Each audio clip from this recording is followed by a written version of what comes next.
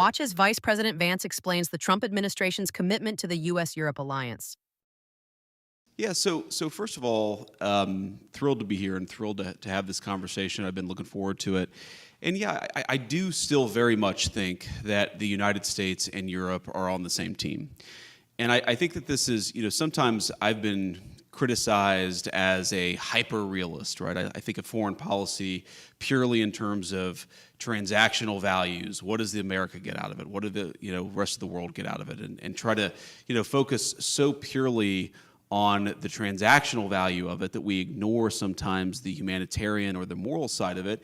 And I think at least with Europe, that's actually not a full encapsulation of my views, because I think that European civilization and American civilization, European culture and American culture are very much linked.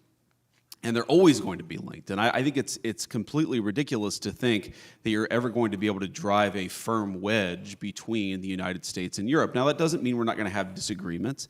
And of course, you brought up the speech earlier. It doesn't mean that Europeans won't criticize the United States or the United States won't criticize Europe. But I do think fundamentally we have to be, and we are, on the same civilizational team.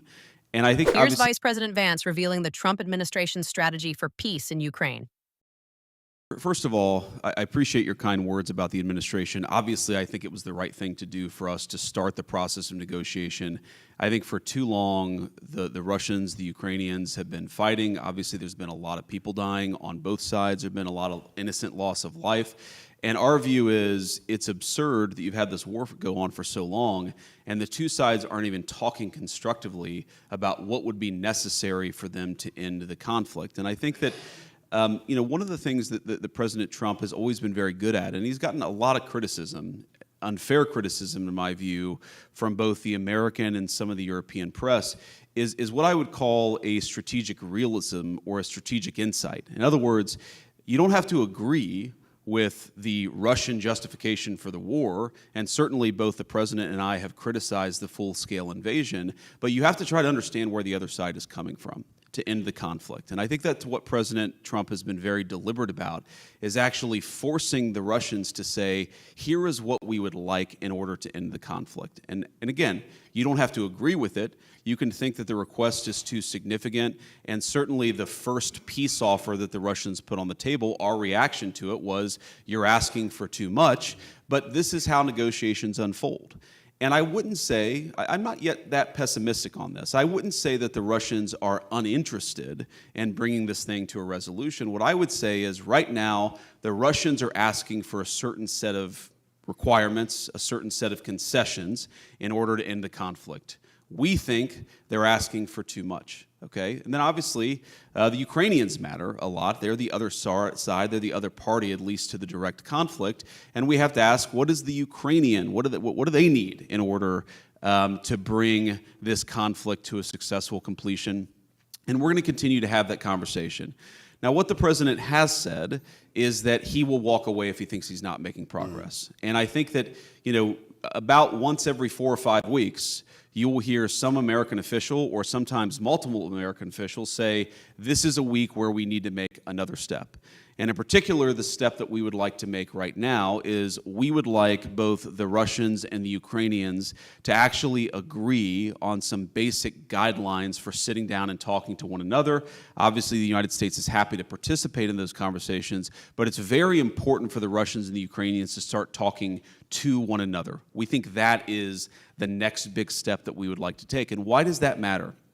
The reason it matters is because, again, I mentioned the Russians, but also the Ukrainians have also been they've put a piece of paper in our hands that says this is what we would need in order to bring this conflict to a successful resolution from our perspective.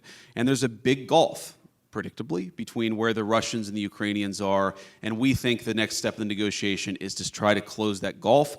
We think it's probably impossible for us to mediate this entirely without at least some direct negotiation between the two, and so that's what we focus on. But I'm not yet a pessimist on this. I mean, obviously, the Russians and the Ukrainians are not there yet because the fighting is still going on. The Ukrainians have said they would agree to a ceasefire, a 30-day ceasefire. We appreciate that. What the Russians have said, again, you don't have to disagree with it, but it's important to understand where the other side is coming from. What the Russians have said is a 30-day ceasefire is not in our strategic interest. So we've tried to move beyond the obsession with the 30-day ceasefire and more on the what would the long-term settlement look like, and we've tried to consistently advance the ball. One final point I'd make about this, I think it probably wouldn't surprise anybody in the room, but there are a lot of people watching who are not in the room, is a frustration that we've had, frankly with both sides, is that they hate each other so much that if you have an hour conversation with either side, the first 30 minutes are just them complaining about some historical grievance from 4 years ago or 5 years ago or 10 years ago. Look, I understand it.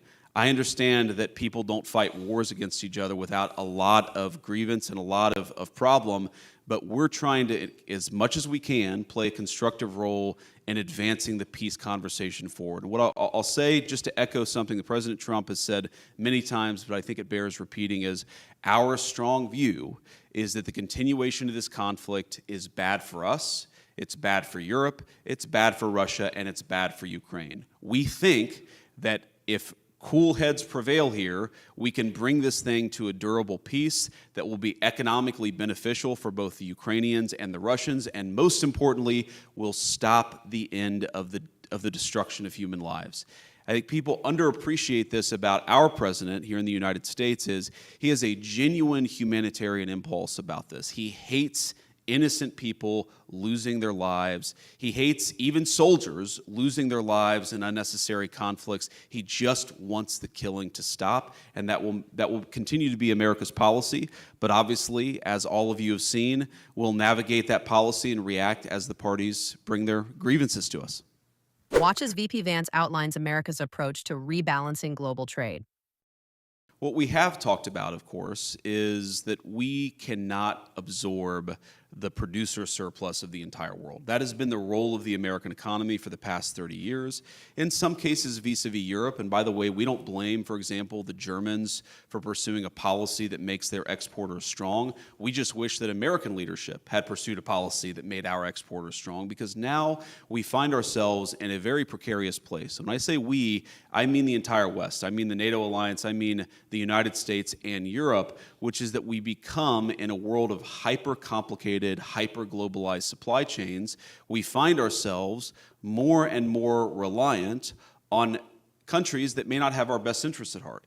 And even if they're halfway decent trading partners, it's still a little bit risky to put all of your eggs in one proverbial basket economically. And what the president has said is we must rebalance the global economy vis-a-vis China. We cannot absorb hundreds of billions of dollars, close to $1 trillion per year in annual surplus, most of it coming from the People's Republic of China. And what that's going to mean in the rebalancing is that we think that the PRC is going to have to, frankly, let their own population consume a little bit more. They've held consumption levels down in order to increase these massive exports. It means that American manufacturers are going to have to be treated more fairly in some of these global trade deals. It means we're going to have to cut some new trade deals with some of our friends in Europe, but also with some of our more adversarial nations. But that also, we have to be careful here, because while we want to rebalance global trade, and that has certainly been the explicit goal of our policy, we also want to make sure that we do this in the right way. And yes, you've seen media reports that the Chinese reached out to the United States. Of course, we're going to sit down and talk to them. I'm not going to divulge too many details or prejudge the negotiations, but we want to rebalance trade in the interests of American workers, in the interests of American manufacturers. That is our policy. We think that we can do that while preserving at least an open dialogue with the PRC and with a lot of other nations all over the world. But that doesn't mean the old way of doing business is going to be stable or that it's going to persist. It simply cannot. It was not sustainable 10 years ago. It was certainly not sustainable 4 years ago, and we're very, very committed to changing it. But we're open to having conversations with both, again, our friends and more adversarial nations about what that rebalancing ultimately looks like. And people have to remember, Liberation Day, which was where the president announced this fundamental change, I think, in the global trading system, that was almost exactly 30 days ago. Watch as Vice President Vance addresses nuclear proliferation and Iran policy. There are a couple issues with the earlier agreement, the JCPOA, Right. as it's called here in the United States, and I assume in Europe. But here the two big issues with that agreement are, number one, the enforcement or the inspections regime was incredibly weak. And I don't think that it actually served the function of preventing the Iranians from getting on the pathway to a nuclear weapon. That's one thing that must be different. And then second, yes, we believe that there were some elements of their nuclear program that were preserved under JCPOA that, yes, they weren't nuclear weapons. Iran doesn't have a nuclear weapon, but allowed Iran to sort of stay on this glide path towards a nuclear weapon if they flip the switch and press go. And we have to think about this not just in terms of Iran, which, again, the president has said this. We think that there is a deal here that would reintegrate Iran into the global economy, that would be really good for the Iranian people, but would result in the complete cessation of any chance that they could get a nuclear weapon. And that's what we're negotiating towards. And as the president has said, that's option A. And option B, if option A is very good for the Iranian people and even some of the folks, the leadership in Iran, option B is very bad. It's very bad for everybody, and it's not what we want, but it's better than option C, which is Iran getting a nuclear weapon. That is what is completely off the table for the American administration. No ifs, ands, or buts. Now, there are a couple of other things that are worth thinking about, because this is not just about Iran. Please like and subscribe if you like our news clips.